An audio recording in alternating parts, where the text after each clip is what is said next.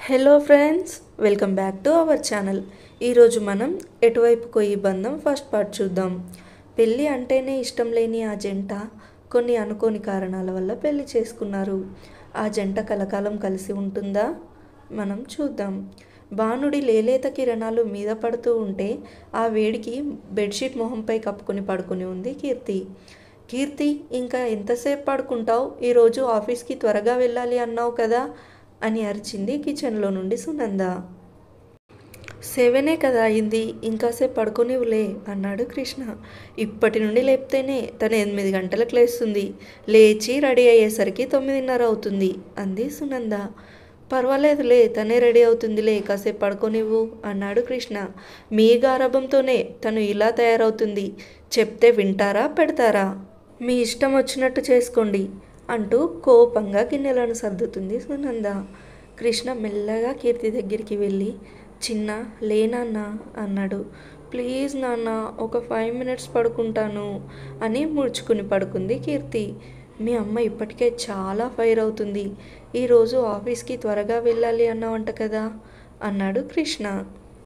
ఆఫీస్కి త్వరగా వెళ్ళాలి అన్నావు కదా అని వినిపించగానే ఫాస్ట్గా లేచి కూర్చుని, ఓ మై గాడ్ మర్చిపోయాను అని హడావిడిగా వాష్రూమ్లోకి పరిగెత్తింది కీర్తి.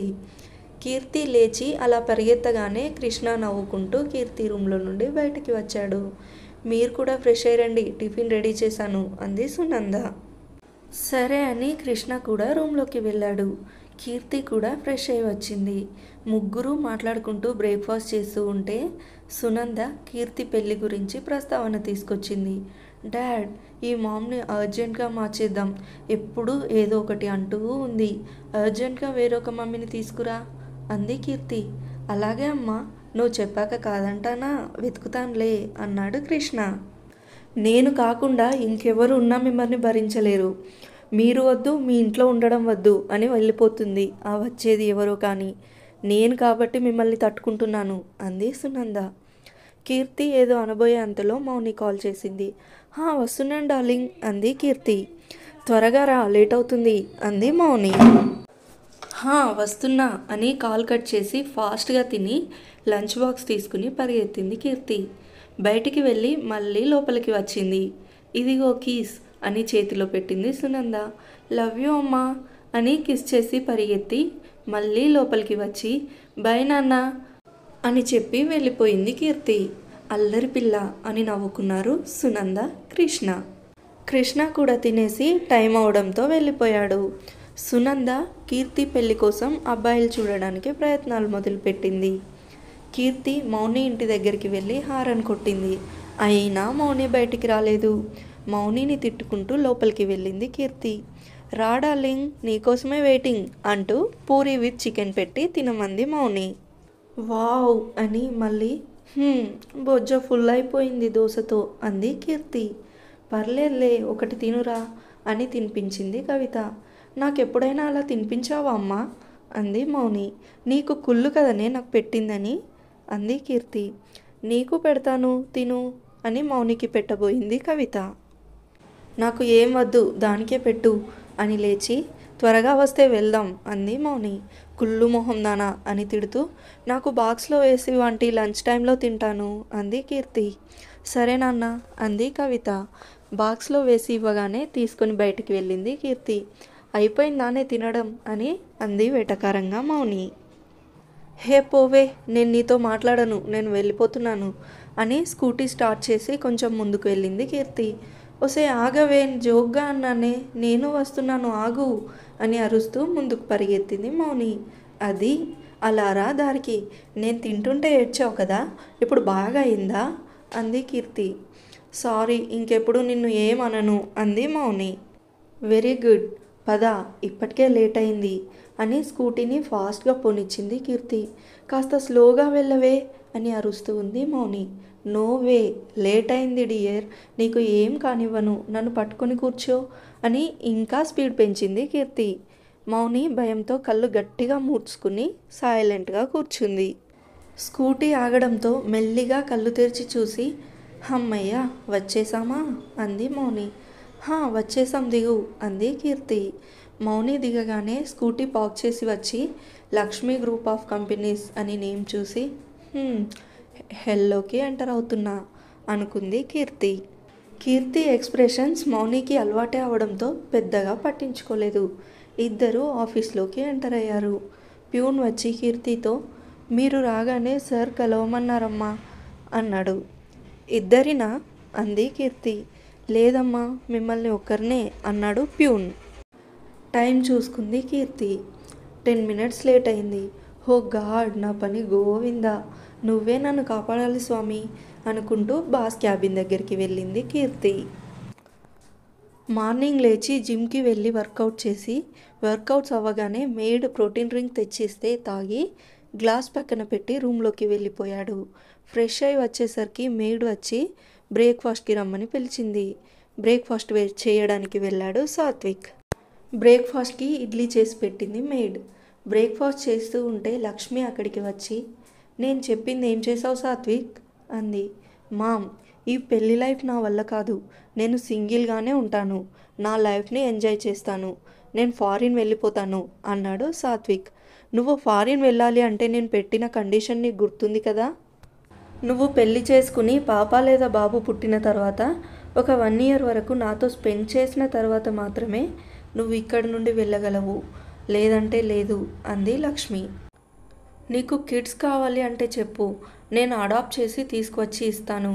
నీకు కావలసినట్లు పెంచుకో, కానీ నన్ను మాత్రం పెళ్లి చేసుకోమని అనొద్దు అన్నాడు సాత్విక్. నీ నిర్ణయం అదే అయితే నేను చెప్పేది కూడా విను. నాకు నా సాత్విక్ పిల్లలే కావాలి. అడాప్టెడ్ కిడ్స్ అవసరం లేదు. నువ్వు ఇస్తావా ఇవ్వు, లేదంటే నేను ఏం చేయాలో అది చేస్తాను అంటూ సీరియస్గా వెళ్ళిపోయింది లక్ష్మి. ఇంకేం చేస్తావు, నన్ను ఫారిన్ వెళ్లకుండా లాక్ చేస్తావు అంతే కదా అని బ్రేక్ఫాస్ట్ కంప్లీట్ చేయకుండానే మధ్యలోనే వదిలేసి హ్యాండ్ వాష్ చేసుకుని ఫాస్ట్గా బయటికి వెళ్ళాడు సాత్విక్. సాత్విక్ బయటకి వెళ్ళేలోపు డ్రైవర్ కార్ దగ్గర లేకపోవడంతో సాత్విక్ కోపంగా డ్రైవర్ని పిలిచి, యు ఆర్ డిస్మిస్డ్, రేపటి నుండి నువ్వు డ్రైవర్ వస్తాడు, నువ్వు నీ అమౌంట్ క్లియర్ చేసుకుని వెళ్ళు అని సీరియస్గా చెప్పి కార్ తనే డ్రైవ్ చేసుకుంటూ వెళ్ళిపోయాడు. ఆఫీస్కి వెళ్ళి లోపలికి వెళుతూ ఉంటే ఎంప్లాయీస్ అందరూ విష్ చేస్తూ ఉన్నా కూడా ఏమీ పట్టించుకోకుండా క్యాబిన్కి వెళ్ళి కూర్చున్నాడు సాత్విక్. సాత్విక్ సీరియస్గా లోపలికి వెళ్ళడం చూసిన శివ, వీడేంటి ఇంత సీరియస్గా ఉన్నాడు అనుకుని సాత్విక్ వెనకాలే లోపలికి వెళ్ళాడు. ఏం జరిగిందిరా అలా ఉన్నావు అన్నాడు శివ. రోజు ఉండేదేగా, ఈరోజు ఏదైనా కొత్తనా? నేను ఫారిన్ వెళ్తాను అంటే మ్యారేజ్ చేసుకుని కిడ్స్ని ఇచ్చిన తర్వాత మాత్రమే వెళ్ళాలంట అంటూ కండిషన్స్ పెడుతుంది మామ్ అన్నాడు సాత్విక్. పోనీ అలాగే చేయొచ్చు కదా, అప్పుడు నీకు ఏ ప్రాబ్లం ఉండదు, తనకి ఏ ప్రాబ్లం ఉండదు కదా. ఆంటీ పాపం నీ మీద ఆశలన్నీ పెట్టుకుని ఉంది, నువ్వు కూడా అలా వదిలేసి వెళ్తే ఎలారా అన్నాడు శివ. నేను ఒక్కడినే వెళ్తాను అనట్లేదురా, తనని కూడా తీసుకెళ్తానంటున్నాను, రావచ్చు కదా. ఈ పెళ్లి గోలేంటి మధ్యలో నాకు అర్థమవ్వదు అన్నాడు చిరాగ్గా సాత్విక్. రేయ్, నువ్వు తనని తీసుకుని వెళ్ళడం వేరు, మ్యారేజ్ చేసుకుని వైఫ్తో వెళ్ళడం వేరు. ఆంటీకి కావాల్సింది తను నీతో రావడం కాదురా, నీకంటూ స్పెషల్గా లైఫ్ ఉండడం, నువ్వు ఆ లైఫ్లో హ్యాపీగా ఉండడం అన్నాడు శివ. ఓకేరా, నువ్వు కూడా అలాగే మాట్లాడుతున్నావు, నా దగ్గరికి ఎవ్వరూ రాకండి, నాకు మ్యారేజ్ అంటేనే అస్సలు ఇష్టం లేదు, సింగిల్గా ఉండాలి, లైఫ్ని ఎంజాయ్ చేయాలి, దట్స్ ఇట్ అన్నాడు సాత్విక్. ఇప్పుడు తనకి ఏం చెప్పినా వినిపించుకునే పరిస్థితిలో లేడు అనుకుని ఓకే యాజ్ యువర్ విష్ అంటూ సీరియస్గా బయటికి వెళ్ళిపోయాడు శివ. కాసేపు సైలెంట్గా కూర్చున్నాడు సాత్విక్. కీర్తి లేట్గా రావడం చూసి క్యాబిన్కి రమ్మని ప్యూన్తో చెప్పడానికి లోపలికి పిలిచి కీర్తిని లోపలికి రమ్మని చెప్పాడు ప్యూన్తో. ప్యూన్ వెళ్ళి, సార్ లోపలికి రమ్మంటున్నారు మేడం మిమ్మల్ని అని చెప్పగానే, హో గాడ్, ఈరోజు నా పని అయిపోయింది, ఈ డెవిల్ నన్ను ఇప్పుడు వదిలిపెట్టాడు కదా అనుకుంటూ కోపంగా క్యాబిన్ దగ్గర వరకు వెళ్ళి డోర్ బయటే నించుని కోపాన్ని మొత్తం కంట్రోల్ చేసుకుని స్లోగా డోర్ ఓపెన్ చేసి లోపలికి వెళ్ళింది కీర్తి. వాట్స్ ద టైమ్ నౌ అన్నాడు సాత్విక్. సార్ అది అది అంది చిన్నగా కీర్తి. వాట్ అన్నాడు గట్టిగా సాత్విక్. సార్ ట్రాఫిక్లో కొంచెం లేట్ అయింది సార్, అంతే అంది చిన్నగా కీర్తి. రోజు ఇలా 5-10 మినిట్స్ లేట్ రావడము, వచ్చాక లేట్ ఎందుకు అయింది ఎక్స్ప్లెయిన్ చేయడానికి కొంచెం టైము, తర్వాత అందరితో మీటింగ్ పెట్టడానికి కొంచెం టైం, ఇంకా మీరు వర్క్ చేసేది ఎప్పుడు అని చాలా సీరియస్ అయ్యాడు సాత్విక్. అయ్యయ్యో, నేనెప్పుడు మీటింగ్ పెట్టాను సార్, నా వర్క్ నేను చేసుకుంటున్నాను తప్ప ఆఫీస్లో అసలు పక్కన వాళ్ళతో ఎప్పుడూ మాట్లాడింది లేదు, మీరు అన్యాయంగా నన్ను అనకండి సార్ అంది కీర్తి. ఏంటి వాయిస్ రేజ్ అవుతుంది, ఎప్పుడెప్పుడు ఎవరితో మీటింగ్ పెడుతున్నావో డీటెయిల్స్ చెప్పమంటావా అన్నాడు సాత్విక్.